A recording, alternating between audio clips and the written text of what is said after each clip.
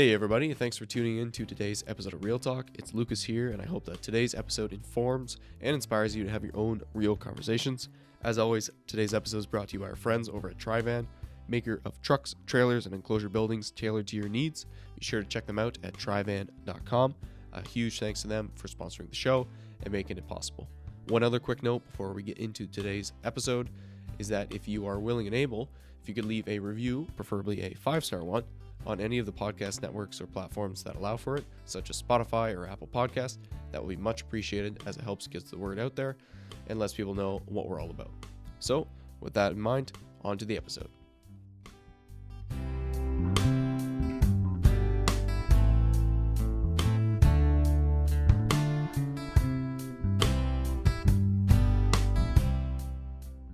Hello, everybody. Welcome to Real Talk RoundUp number 4.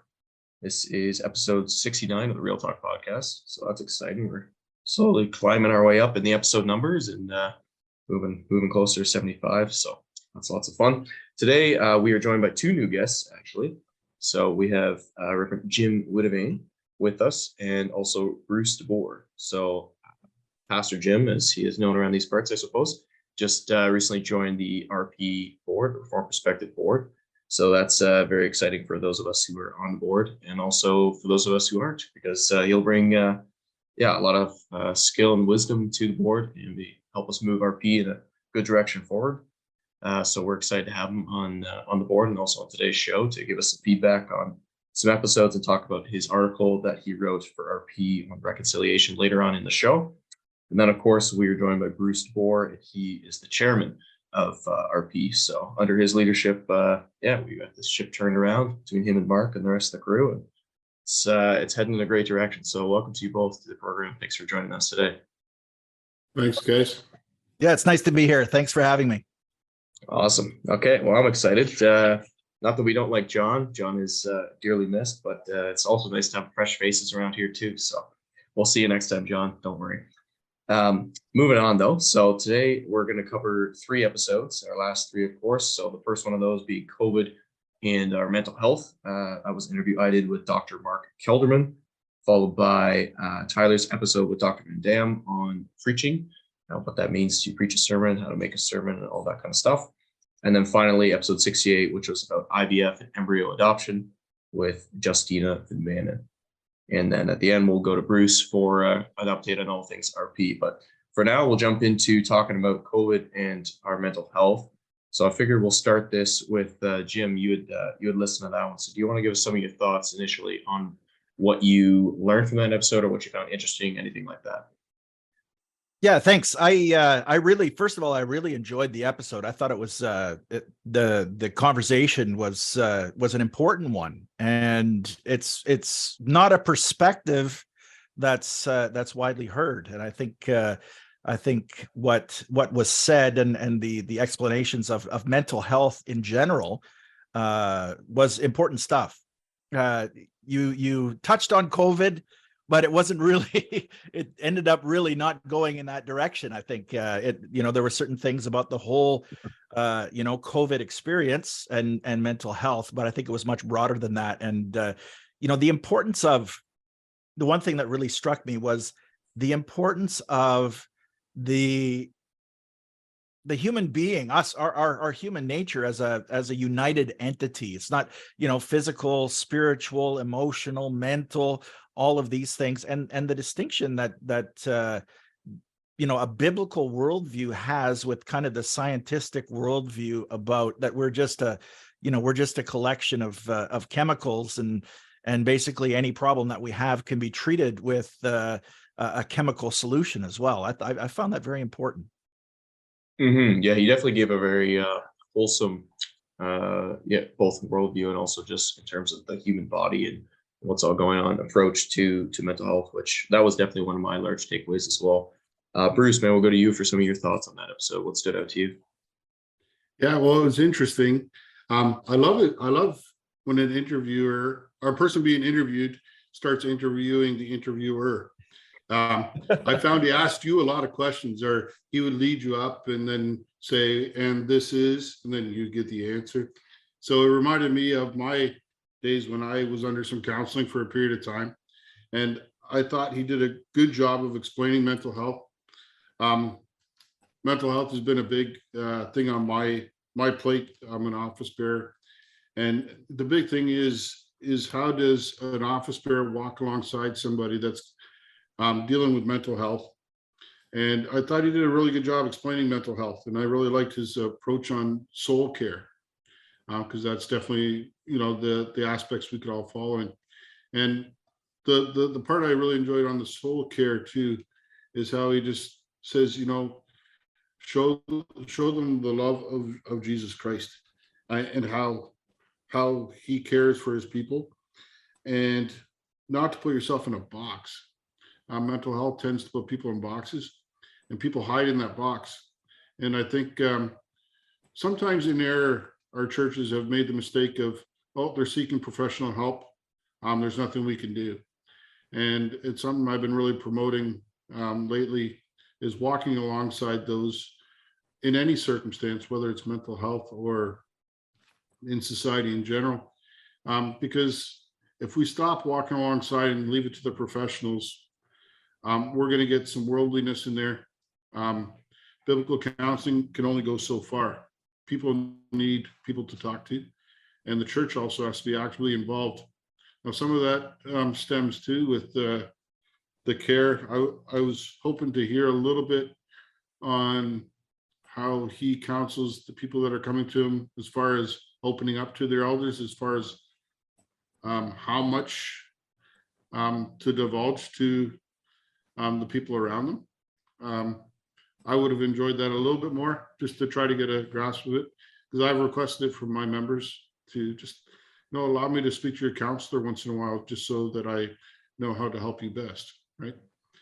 But I did appreciate as well too the relationship first, you know, that we don't come in hammering people with the Bible, but we build a relationship so that we can provide counseling with, you know, a biblical perspective.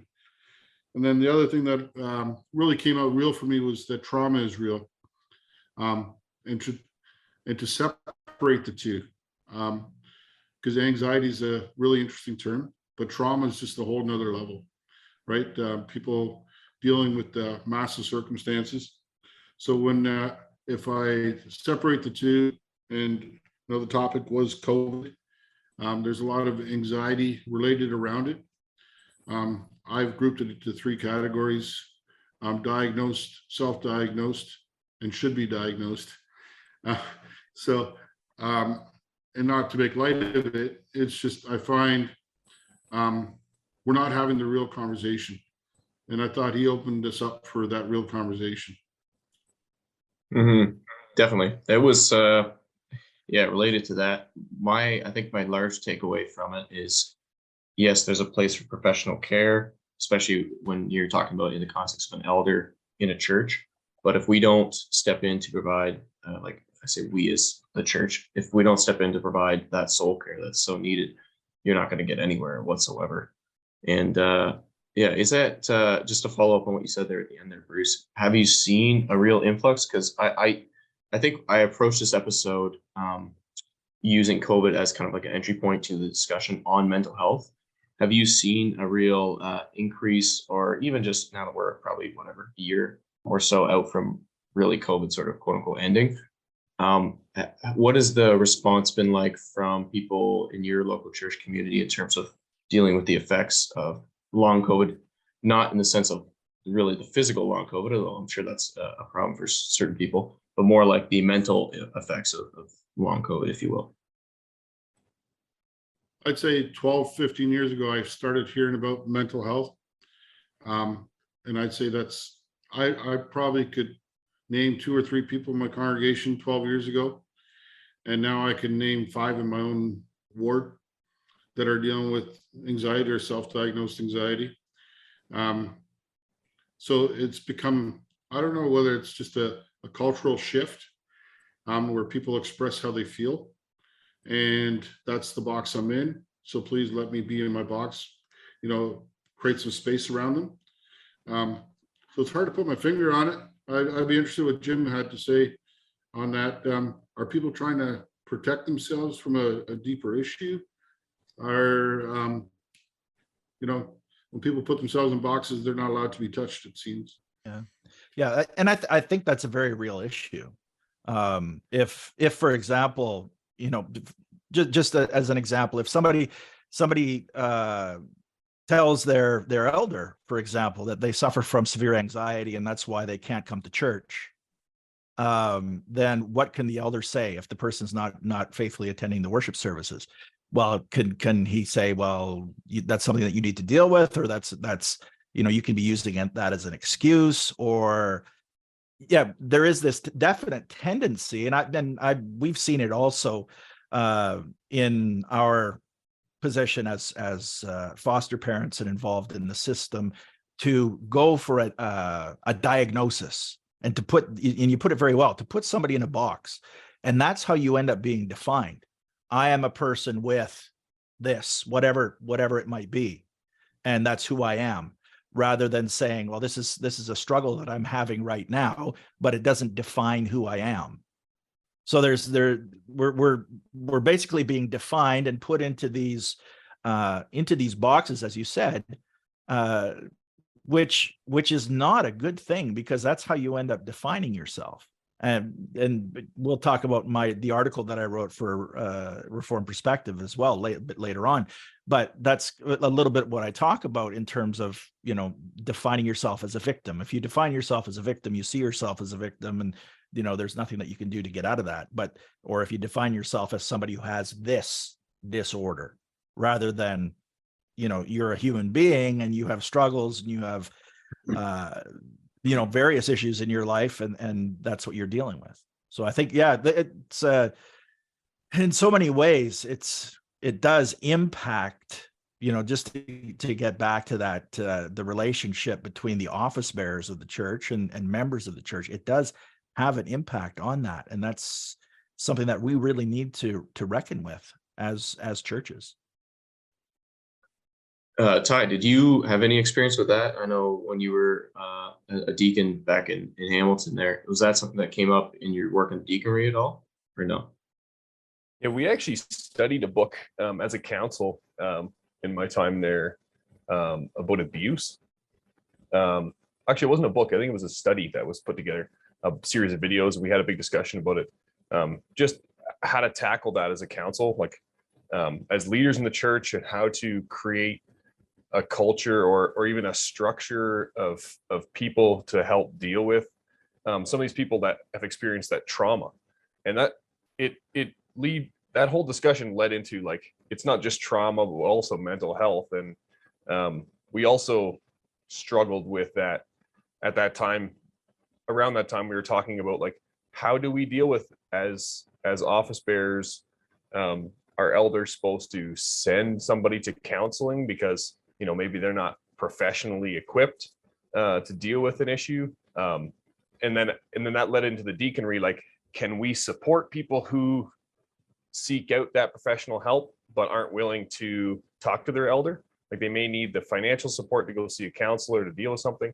It's a very difficult issue. Like, it's hard to separate the two. Like Kelderman was saying, like, we need a more holistic approach to, that soul care, that you're not just a mind, you're not just a body, you're everything, and you're also a soul. So as an elder, it's difficult to approach. And I mean, there was lots of disagreement about, some said, let's let people seek the care that they need because they need it, whether it's self-diagnosed or other, like, and some said, well, no, like, if they're not willing to come to us and really, like, open up, like, then we're kind of just pushing the responsibility for their soul off on a counselor who there's no directive from God really to make sure this person's soul is on track. Like, so yeah, it's definitely a thing. I like that he talked about that box, like, not putting yourself in that box or being put in that box, because it often or can contribute to, like, using it as an excuse for your behavior and other things. Like, maybe you're just, like, not obeying your parents properly, and you can attribute a lot of this to your mental health, which is, yeah, can be dangerous. And then, as leadership in the church, we have to be really cognizant of that. But there's probably opportunity to better, maybe not address it at that when it gets to that point, but also like create a culture where we are those counselors in the church, like where we really encourage people to open up to their elders. And I mean, there's obviously trauma and situations that prevent that, but it's something that we can definitely work at.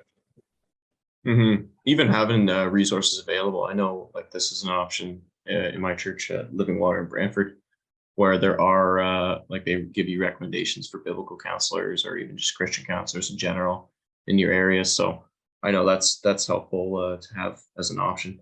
I think that's somewhat the case, at least across a lot of Reformed churches. But I don't know, Bruce, do you guys have something similar over in Denver? Yeah, no, we pay for the first 5 counseling sessions through CCC or Elisha House. So I just think it's, at the end of the day, if somebody wants help, I think we have to help them regardless. The mind is an interesting state to be in, but I really want to emphasize that soul care. I think that's our biggest responsibility. I thought it was interesting too, one of his last comments too, about the thorn in the side, living with the thorn, right? As opposed to making it your issue. And then another, just a quick last question on it too, is the culture we're in, does it allow for more of these things because of the affluence we're in? We're not, think about those that went through the world wars. Think about those who lived through the depressions. They didn't have time to talk anxiety. They didn't have time to, now they're dealing with anxiety issues, right? They're dealing with post-traumatic stress. They're dealing with severe trauma. They're dealing with all these things. So I think if society allows the discussion, I think we should force the discussion, right? Yeah, we just got to be careful not to adopt terms that, just put people in the box like we've been talking about and not give them an option out. Any final thoughts before we move on to the next episode, guys? I liked on just briefly how he talked about at the beginning, we talking about COVID. He talked about the science. I hadn't really thought of this, but I mean, obviously we don't like that. We're skeptical of the term trust the science, because everyone's, trust the science. But he made a good point that science is really the study of a fallen world by fallen people. So, it's like, it's got 2 levels of error in it. So how much, and then not to mention the fallen person's worldview. So it's a really hard, I hadn't really considered that specifically on those terms, but the study of God's word is a lot more direct revelation of like what we should be believing. So I thought that related to COVID, but it relates to everything. So definitely. Yeah. I'm sure, you would get into a little bit too with the book that you've written there, Pastor Jim, but we'll save that discussion for another day, maybe. Okay, so moving on to the second episode that we're going to recap a little bit and talk about. So this was episode 67 with Dr. Van Dam on preaching, done by Tyler. And I think I'll flip it over to you first, Bruce, for some of your thoughts on this episode. Well, of the 3 episodes, this one was so refreshing. It almost left me in tears. Really, I was driving down the highway. I had an hour and a half drive to my location, and it was just so refreshing to hear something that's been tried, tested, and true. Preach the whole gospel of God, Old Testament, New Testament, and the way he tackled everything with just such grace and truth. He says, if you cannot leave the pulpit without saying, "Thus says the Lord of God," right? I think that summed it up beautifully. Any of the issues Tyler could possibly throw at him, he says, "Thus says the Lord God." Can you say that as a minister off the pulpit? So when it came to storytelling off the pulpit, when it came to, addressing certain things off the pulpit, well, can you get it out of the text? Can you say, "Thus says the Lord God"? And I just found he handled it beautifully. I was surprised to hear that that they preach to a 13-year-old level. My previous pastor told me it was grade 11, 12. So maybe I've dumbed myself down a little bit since then. But hey, we'll take it. At the end of the day, preaching needs to be understandable. And I thought that was very relevant too. Not that you don't have a duty as parents to review these things with your kids to simplify a few things. The other part that really struck home for me is we're very quick to criticize stuff that goes on in the Canadian Reformed Church, the URCs, the FRCs, and just certain things. And I thought he handled it very well. He focused on the positives, the beauty of singing the hymns and the Psalms and why we sing the certain ones, the beauty of being able to have the privilege to preach God's word, the privilege of going to serve the Lord. And he kept on coming over and over and over again. And I'm sure Jim's listened to him speak a number of times while he was teaching them. And you could just see him pointing at you, saying, this is how it is. And so I must say, very refreshing. On the whole, I was very edified by the podcast, and it was just good just to hear old time. Here's how it is preaching. Mm-hmm. Yeah, I agree with that. He had the heart like nailed down, and I found the same thing. Ty would throw a question at him, and then he would kind of give an answer, but would come back to, it's got to be the gospel. It's got to be thus says the Lord. And it does really answer a lot of the questions. Another takeaway I had from it too was it was nice to hear him talk about you should be able to summarize it in like 2 to 3 sentences.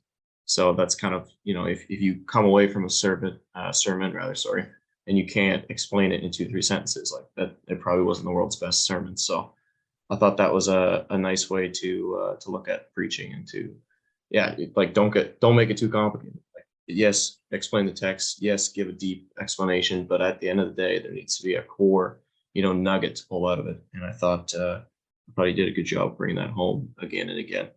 I don't know, Ty, what do you think when you were talking to him? He's kind of a fountain of wisdom, man. Yeah. Well, aside from it being like 3 days after our daughter was born, so my brain was like foggy and my audio was terrible, and I forgot to record the intro, like click go on the recording, and I said interesting like 35 times or something. That's I don't even know. fair. I didn't count. It was probably more than that. I thought it was very interesting. If no one picked up on that, Lucas is a great critic that way. So he's like, you said interesting a lot. It's true. No, I found like just to hear him explain like why we do things the way we do, and I think the Canadian Reform might get a bad rep for like being very structured with the sermon, like a theme and 3 points, and the way we do our liturgy is very like it's always the same. We don't like there's not a lot of variance as opposed to some other denominations where even the individual congregations have a little bit of variance in that kind of thing. It was refreshing to hear him explain why the preaching aspect is the way it is, like, and like basically why do you have a theme in 3 points is because what you just said, Lucas, is like you got to be able to summarize it in 3-4 sentences, and you have a theme in 3 points to go back to with your kids after the sermon. Like that's the idea. It's like, how do you got to make it edifying, you got to make it understandable. So I thought it was good. It was good to talk about like the approach to different texts, like if you're preaching the New Testament versus the Old Testament, walking through an Old Testament passage, and he described not just like retelling the story, but picking out like a key verse that like exemplifies the point of the whole passage. So there was just stuff like that. It was just good to hear. And then in terms of like as a mark of the true church, like it's a double-edged sword. It is why we go to church. And he said you need the preaching, otherwise, well, what did he say? Mm-hmm. Otherwise it's you just have a church with lots of nice sing. It's like, which is funny, but it's telling. It was like, we talk about that. We've talked about this on the podcast a lot, like what we sing in church, what we like, how we do things, And it really is like, without the preaching being the way it should be, you just have lots of nice sing, and everybody, everybody is just there for a good time or to see everybody. But yeah, so yeah, I think it was good. Just, yeah, he's a wealth of knowledge. It was good to just talk to him and let him, like, the more I let him talk, the more, gold there was. So yeah, the better it got. Yeah. Go ahead, Bruce. Well, it's interesting that you say that the more gold you got, because I obviously Dr. Van Dam was my teacher at seminary for 4 years, and we would often come out of the class and say that was gold. Yeah. So that's it's interesting that you use that expression, but I think it's so important that when we think about these things like the liturgy and the preaching and why we worship and how the preaching is structured, that we understand why it is that we're doing things the way that we do them.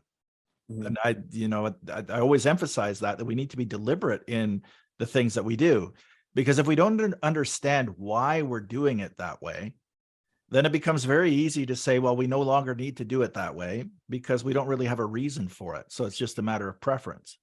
But oftentimes it's not just a matter of preference.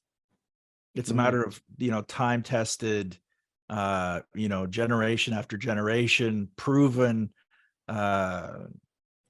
structure and a means of bringing the message and of gathering, just how we gather to worship God, doing that deliberately and understanding the reasons behind it.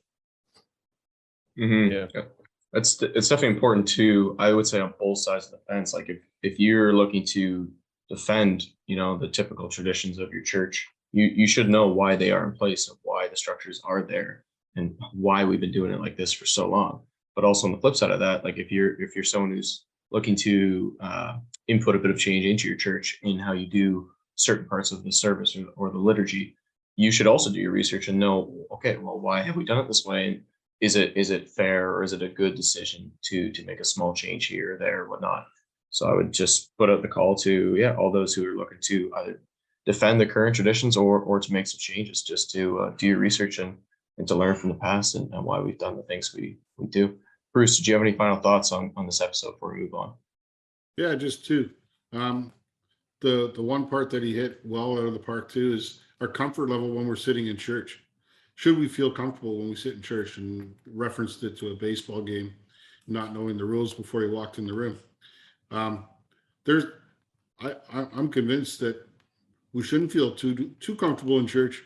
I think a minister doing his job would put that little burr in our saddle to do some true self-reflection. And I thought he handled that well.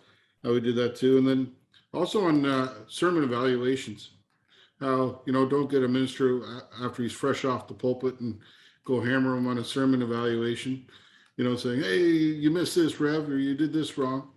But how he did it again, grace and truth. You know what? Wait a day, before you talk to him, but also have a relationship with your minister outside of the evaluation, that you love your minister ahead of time. Then you could tell him if there is some constructive criticism. So I thought he did that well too. Basically how to do a constructive evaluation as office bearers, but also as an individual walking out of church on a Sunday. Yeah, that was good. I mean, they are human, Jim? So it's nice to treat them like that. Yeah. Okay, so with that, we'll move on to the final episode we're covering here today, which was on IVF and embryo adoption. So I talked to Justina Manon on this one.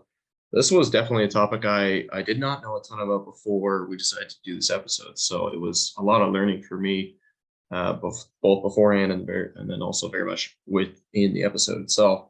Ty, I don't know if you had any more experience in this area or knowledge than me going in, but what did you think of this episode? Did you learn something, or what did you think of embryo adoption going in, maybe? No, I didn't know much about embryo adoption at all. I did know a little bit about IVF, or I've thought about it a little bit. I had discussions with John Dykstra when I did this episode with my wife. Actually, like, co-hosted that with me with Sarah Hutton. We talked about her book on infertility. So that was one thing that she didn't really touch on. She touched upon like the infertility experience and you know, biological children and stuff like that. But IVF is yeah, it's like, it's a really tough ethical quagmire, basically. Like, it's hard to really yeah, it's hard to argue and talk about on a podcast, I guess, because it could be very polarizing, I guess. But the embryo adoption thing, I did not know that was really a thing. And I talked to a few people about it after listening to the episode. And it was, yeah, to me, it was interesting that you're kind of in a spot ethically where you shouldn't really be. Like, there shouldn't really be such thing as frozen embryos. Like, that just doesn't seem right to me. It's just, but now that you're here, now what? Like, so in the episode, she described, like, well, she had gone through this experience. And I thought, like, it is a blessing on the one hand that you are able to adopt the embryo and bring their life into the world, because it's frozen, which is still boggles my mind. But on the other hand, should we really be here as a society where this is even a thing? So I don't really know what you do with that. I mean, it's, yeah, it is a really tough one. So I know you could hear that in the episode when you were, you know, asking your questions. It was like, yeah, it's hard to know what to do with it even in a podcast. So yeah, I don't know. I can't really comment on if I agree with it or not. I really have to, like, really think about it. But yeah, it's I thought it was an interesting way to get that, yeah, the adoption process, which is difficult and apparently has all these roadblocks that she described, you know, kind of bypassing that. Although there's a portion of that you're it seems that you're fulfilling your own desire to have kids, and not necessarily, like, yeah, doing it for the child, right? So if you're doing it for the child, that's another thing. Yeah, it's a really hard conversation for sure.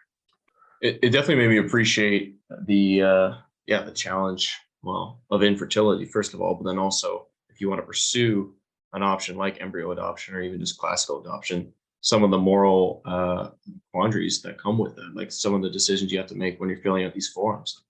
Do you care which one you receive? Like, you know, list all the characteristics of the child and whatnot. Like, that's, yeah, okay. Are you going to be completely open-minded on that? Like, okay, you probably should be. That seems like what you should do. But then, okay, if you're the only person who does that in the system, because most people are being choosy, then are you going to get, like, kids that have serious issues? And then is that something you want to take on? And it is just an absolute, like, ethical disaster to kind of get into that. But my takeaway, at least before I throw it over to you, Bruce, was I think, like, her main argument on taking the procreative process outside of sex and outside of the body as that being wrong, that did make some sense to me. But then it also, which I did raise there in the podcast, like, to play devil's advocate on that, you are still doing that when you proceed with an embryo adoption.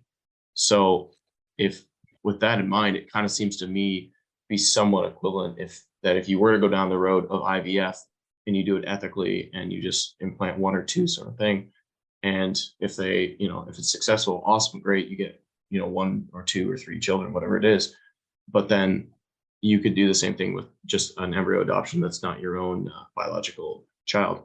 So to me, at least in my mind, they seem kind of equivalent if you were to go down either road. It's just that, yes, okay, you are rescuing a frozen embryo in the one case, which is, you know, probably a better thing to do than, but then, yeah, it's also not your own child. So I don't know. It's a very confusing subject. I can see why people are having a tough time dealing with it ethically. And I do appreciate Justina coming on, at least explaining it and getting the conversation going on it. So Bruce, I'll throw it over to you. Sorry for that rambling mess, audience there. Yeah, that's all right. No, I dropped the ball on this. This slipped right off my radar. Like, I learned so much in that episode, and my heart goes out to these people that are dealing with this. Honestly, it has got to be such a wrestle, such a struggle, right? To contemplate the thought of how can we have children. The Lord has put this thorn in their side. The Lord has challenged them to a point where they get they go down this road. And yeah, it just tells me more and more that I got to reach out. Like, we pray for people like this on Sunday. We pray for it in our personal devotions at home from time to time. And yet I've never walked alongside somebody dealing with this that far, because people going down this road, it's a tough road. And I could only, I watched a pro-life movie, and this whole thing of frozen embryos brought me back to the Planned Parenthood movies, where it's okay, just do this. And these people are lost. They go down a rabbit hole so fast, not even realizing what they're doing. And yeah, my heart just kept on breaking even further. The further we got into the episode, my heart just kept breaking, because I think she said frozen embryos. You know, Tyler says one word so often, she said it very often. And I just couldn't, almost stomach the conversation to know that that was the case. And then when she introduced the snowflake adoption program, and I thought, her argument about not having intercourse. Well, you don't have intercourse when you adopt a child either, right? So this is some of the moral dilemma I played in my mind too. And the fact that they take it as serious as they do when it is like adopting a child from a third world country or from a neighbor. You have to have a safe place, safe home. Are you willing to deal with the challenges of autism or whatever the child may develop or have, right? A safe place. So I must say my naiveness also, opened up my heart even stronger to those that can't conceive and that are facing these realities, these situations. For sure. Have you had any experience with this in your pastoral work, Jim? I haven't had any personal experience pastorally with this kind of situation, but I was just thinking in terms of the snowflake adoptions and what was said earlier about, is this something that we should be doing? Well, or is this something that should even be happening? Well, no, it shouldn't be happening. We shouldn't have these, warehouses full of frozen embryos, or however they may be stored. It's really an absurdity. And it's completely wrong. But that being the case, it's that they're there. And I think, if people have the opportunity to do one of these adoptions, I would say more power to them. It's not, the fact is, these embryos are not being produced or saved for the sake of infertile people. They're basically, it's like they're leftovers, So, I mean, so it becomes, they're the result of an unethical practice. And so if we have I think if we have the opportunity to save some of those lives, or, give those children an opportunity, then if people are willing to do that, I'd say more power to them. Mm-hmm. Yes, agreed. Tricky, eh? Any final thoughts before we move on to reconciliation?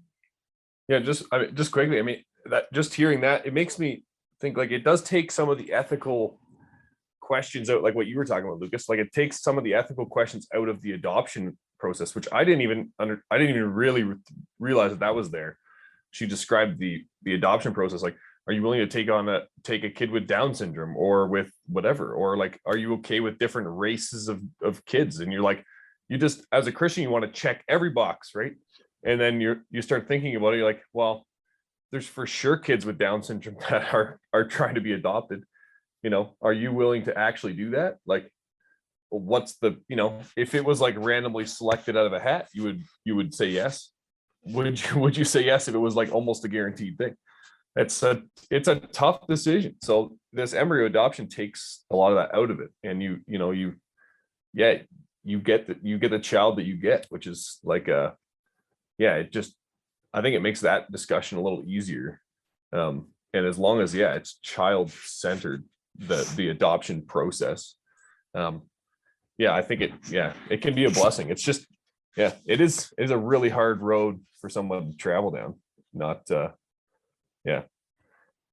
can't make light of that. It's just it definitely made me appreciate the people who have to struggle through this issue a lot more, as everyone's kind of noted here. So Okay, so we'll move on to reconciliation. So Jim had an article in the latest version of Foreign Perspective, which was all about reconciliation and Indigenous issues. So do you want to outline that article for us, Jim, and then we'll kind of go around the board and discuss it a little bit?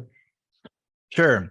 Yeah, in the article, I wrote about what basically my goal in writing the article was to explain what is genuine reconciliation.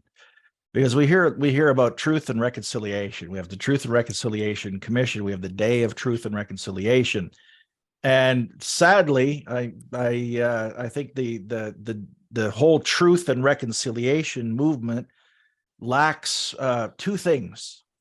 It lacks truth, and it lacks reconciliation. So so if those two things are lacking, then it's not really truth and reconciliation. And so we need to consider what is really reconciliation, and what is the truth. So we need to know our facts. We need to know what's gone on in the past. We need to understand history. We need to deal with it realistically and openly, seeing all sides of the issue and seeking to understand all sides of the issue.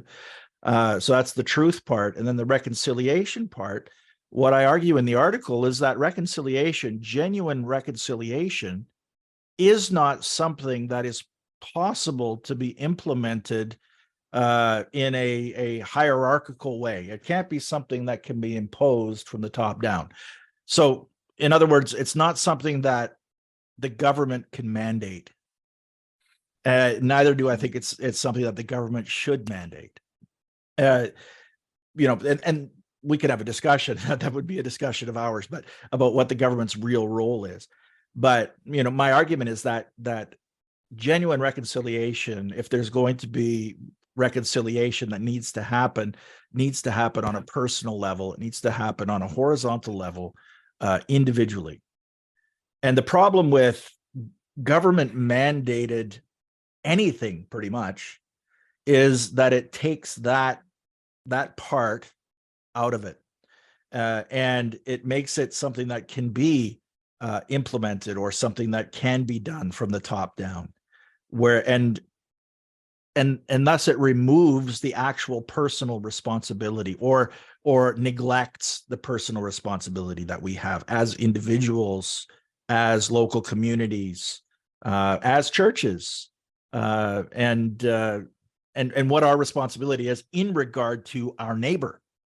So I think that's really the point to what I wrote, and I think it's an important point. It's a point that we as Christians need to think about, and we need to really understand what what reconciliation really is. Mm-hmm. What would you say, and I agree with you, just for the record, in terms of the reconciliation needs to happen on a local, personal level. I think that's true for many different things as well, not just reconciliation. But what would you say to someone who, if they were to critique that article and they were like, well, okay, so yeah, you're a conservative guy, you don't believe in government involvement anyways, but it's the government who started this whole problem to begin with. So shouldn't they be the ones who start trying to make the reconciliation happen? And they view it less so as a mandate from top down, and more so as starting the conversation and starting the healing process. Have you heard that critique before? Do you have any thoughts on that? Yeah, I think so. And I have heard that before. It's the government that did this, therefore it's the government that needs to respond to it. And I remember, I'm not sure exactly how many years ago, but when Stephen Harper the Prime Minister made the official apology for residential schools, and I was part of meetings in northern BC at that time that dealt with these things. There's an idea which I think is an erroneous one, of the continuity, or it's almost like kind of covenantal thinking, where subsequent generations or subsequent iterations of the state become responsible for the sins or errors of things that happened 200 years ago, as if there exists a direct line of continuity between what happened in the 19th century or the 18th century or even earlier and the 21st century iteration of the state. And I think we need to ask questions about that. Does that continuity really exist? And what we need to think about, well, what is the government? Well, the government is made up of representatives of us as the citizens of the nation. So that's in our system. They are our representatives that we elect, and we send them to in the case of the federal government, we send them to Ottawa. So they're our representatives. So what they do on our behalf. And so the question then must be asked, is the actions of previous generations of representatives of the people, is that something for which we can be held responsible, or which we should take responsibility for? And I would argue that no, this is that continuity in that way doesn't exist in that way. You kind of see that with everything in their culture now, though. Like, you see that with race. You see it with, like, people try to draw that line all the time, like blaming you for the sins of your forefathers stuff. Yeah. What do you think about like, because the residential schools were a government program, basically. It's funny that I find the government likes to, because they're representatives of the people, they like to sometimes identify as that, and sometimes they like to pretend that they're above the people. And in this situation, they seem to have made a decision, and a government in the past, but now the government today, like Trudeau and his government, are basically telling the citizens of Canada to apologize, and creating, like, we have a day of truth and reconciliation. That's meant for the citizenry to reflect on what we've done. Like, what do you think about that? Like, is it fair for them to then, like, point this issue back to us? Like, I think there's a lot of people who have found reconciliation with their local Indigenous people, like, especially out here at West. Like, there's a lot of people who get along. We do business together. Like, there's no animosity in a lot of cases. So, like, what are we supposed to make of that? Yeah. Well, and I think in part that's deliberate. That what's being done is deliberately being done according to the tenets of identity politics, where people are being divided and pitted against each other for political reasons. And so where naturally, reconciliation could happen, what ends up happening is there ends up what ends up being developed is a sense of, how can I put it? A sense of grievance. One side has a grievance against another side, then their side is pushed, then the other side begins to develop a grievance against that side and saying, look at all this stuff that you're getting now. And then it just gets worse and worse and worse and worse. So true reconciliation, it actually, the opposite of true reconciliation is what happens. I think John Dykstra in that issue also wrote a very good piece about, it was John that wrote that piece, right? About I don't have the issue in front of me. About John wrote one, Mark wrote one as well. About what the government was doing in the first place in forcing people to get an education, right? So it was you see what happens when the state puts itself in a place where it probably shouldn't be in the first place. And then, of course, the church gets co-opted in that effort. And so whether it's the Roman Catholic, the Anglican, the United Church at that time, getting co-opted as a tool of the state in accomplishing the goals of the state. Obviously, the results were mixed, to say the least. You can't say that the results were 100% negative, which is basically kind of the idea that's being pushed now, because they weren't universally negative. There's people like Thompson Highway, for example, who speak very positively about their experience at residential schools. Another, people that I've had personal contact with, in my own experience. One man in particular who was my language teacher in Prince George in northern BC. He was also educated in a residential school, and what he told me in personal conversation was that he never experienced anything negative. He quite enjoyed his time at the residential school, but it's almost become, you can't say that anymore. Right?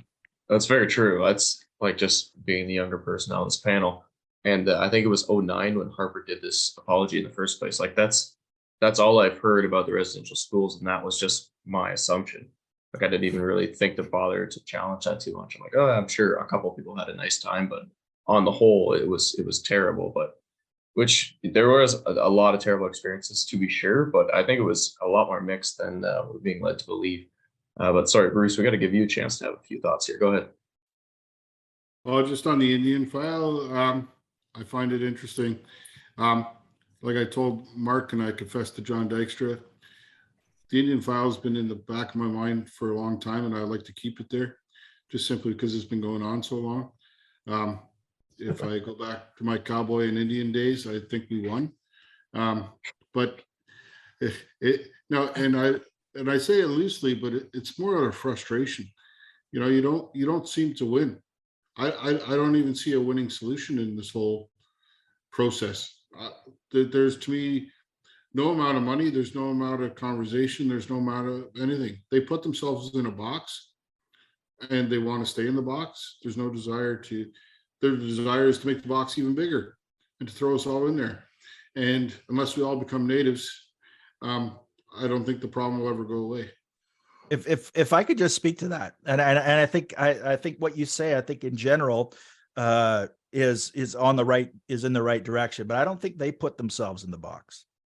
I think what we see here is an entire industry that has grown up, and some people call it the First Nations grievance industry, and that industry has grown up and put an entire group into a box, and is using that group for their own ends. And there's a lot of talk about colonization and about the evils of colonization, and people are referred to as the colonizers. Well, I believe that what's happening today in 21st century Canada is a recolonization of the First Nations people.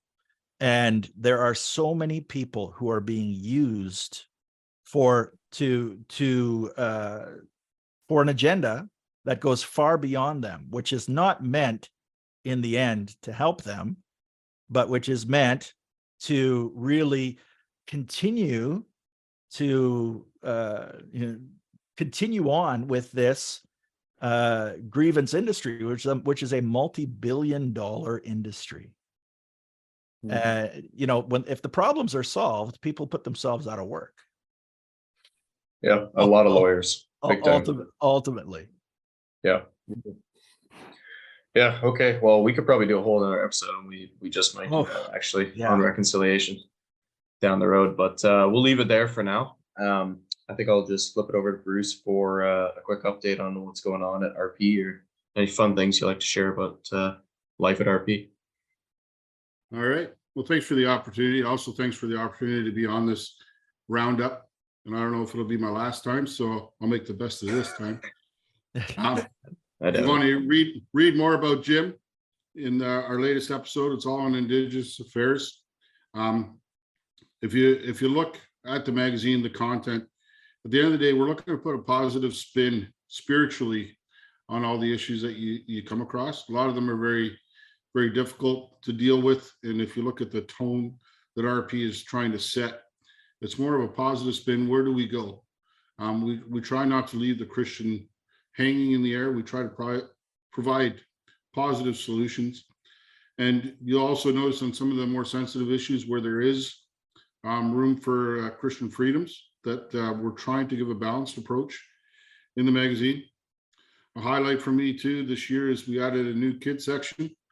Maybe that's because I've done myself down to a 13-year-old, but I really appreciate the new kid section that seems to be growing in the magazine. To see little kids playing a game called Buttons, all because they read an RP thing with their parents. I think it's just so cool just to get people reading, picking up a magazine.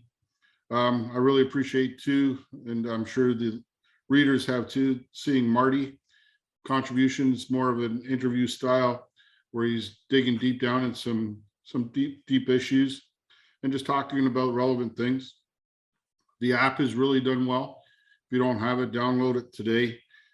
It continues to grow, and it's also in its professionality with the constant updates there. On the app, we have daily devotionals, and then a recently added section there is a section called Manna, which is daily food. And that was a gift we got from the Voice of the Church. They had daily episodes every Sunday. So we took the 900 episodes and we put them on there. So it's nice if you want, you got 15 minutes in a little car drive. It's nice once again to be refreshed there. The neat part, I think the undervalued part is the book reviews and the movie sections. If you're a parent like myself where you're very busy, sometimes your kids say, "Hey Dad, can we watch this?" or "We're going to go see this at a friend's house." Well, my new line is, does RP approve it? Right? And it seems to help. And we just had an RP issue not too long ago with movie reviews. So if you haven't seen that one, look back in the history and you'll find it.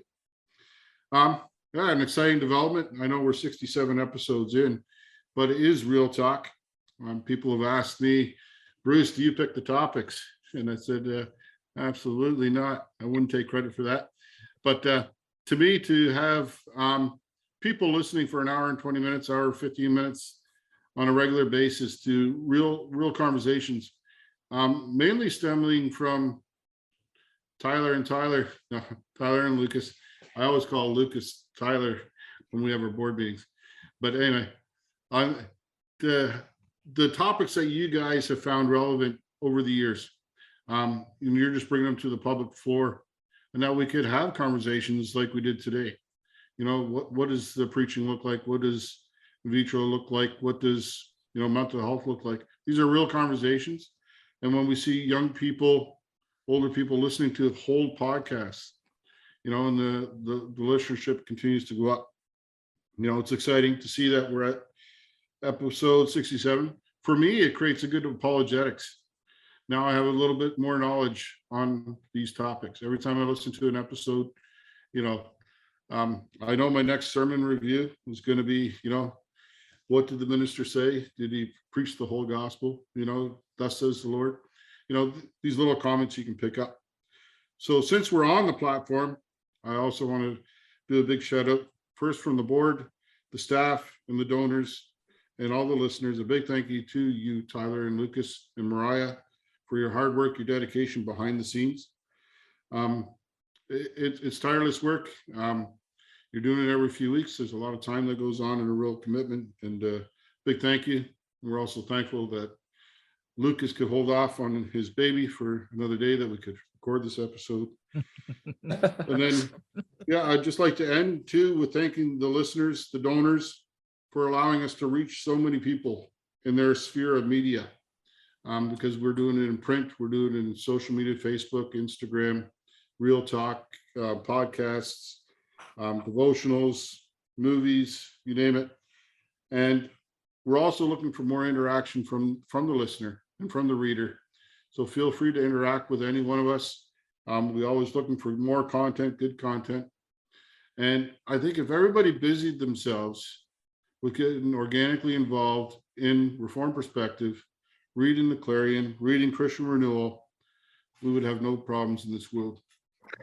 That's just my final sales pitch. I love the RP name. I love the RP brand. I love what we're trying to accomplish. But if there is anything that you think we could do to bring the kingdom work even further, and not for our own good, but for the glorification of God, please reach out to us and the team. Thank you. Wonderful.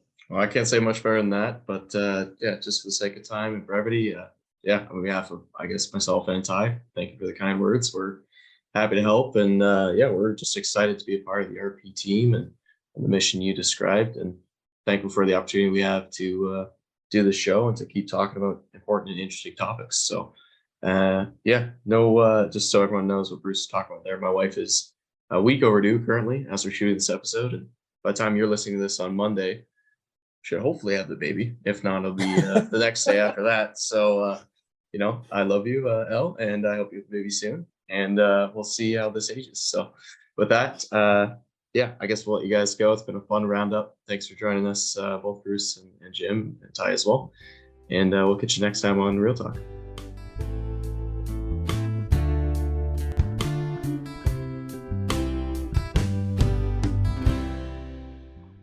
Thanks for tuning in to this episode of Real Talk. We really appreciate you taking the time to listen or watch the show. If you want to send us your feedback, and we'd love to hear it, please email us at reformedrealtalk@gmail.com. If you want to find us online or social media, we got a lot of great content there. Just search Reformed Real Talk and we should come right up. This show is created and produced by myself, Lucas Holtfluer, and Tyler Vanderwood, and our wonderful podcast manager who does all the editing is Mariah Tamiga. So we're really thankful for her contribution to the show as well. That's all for now, folks. Thanks for watching or listening, and we'll catch you next time.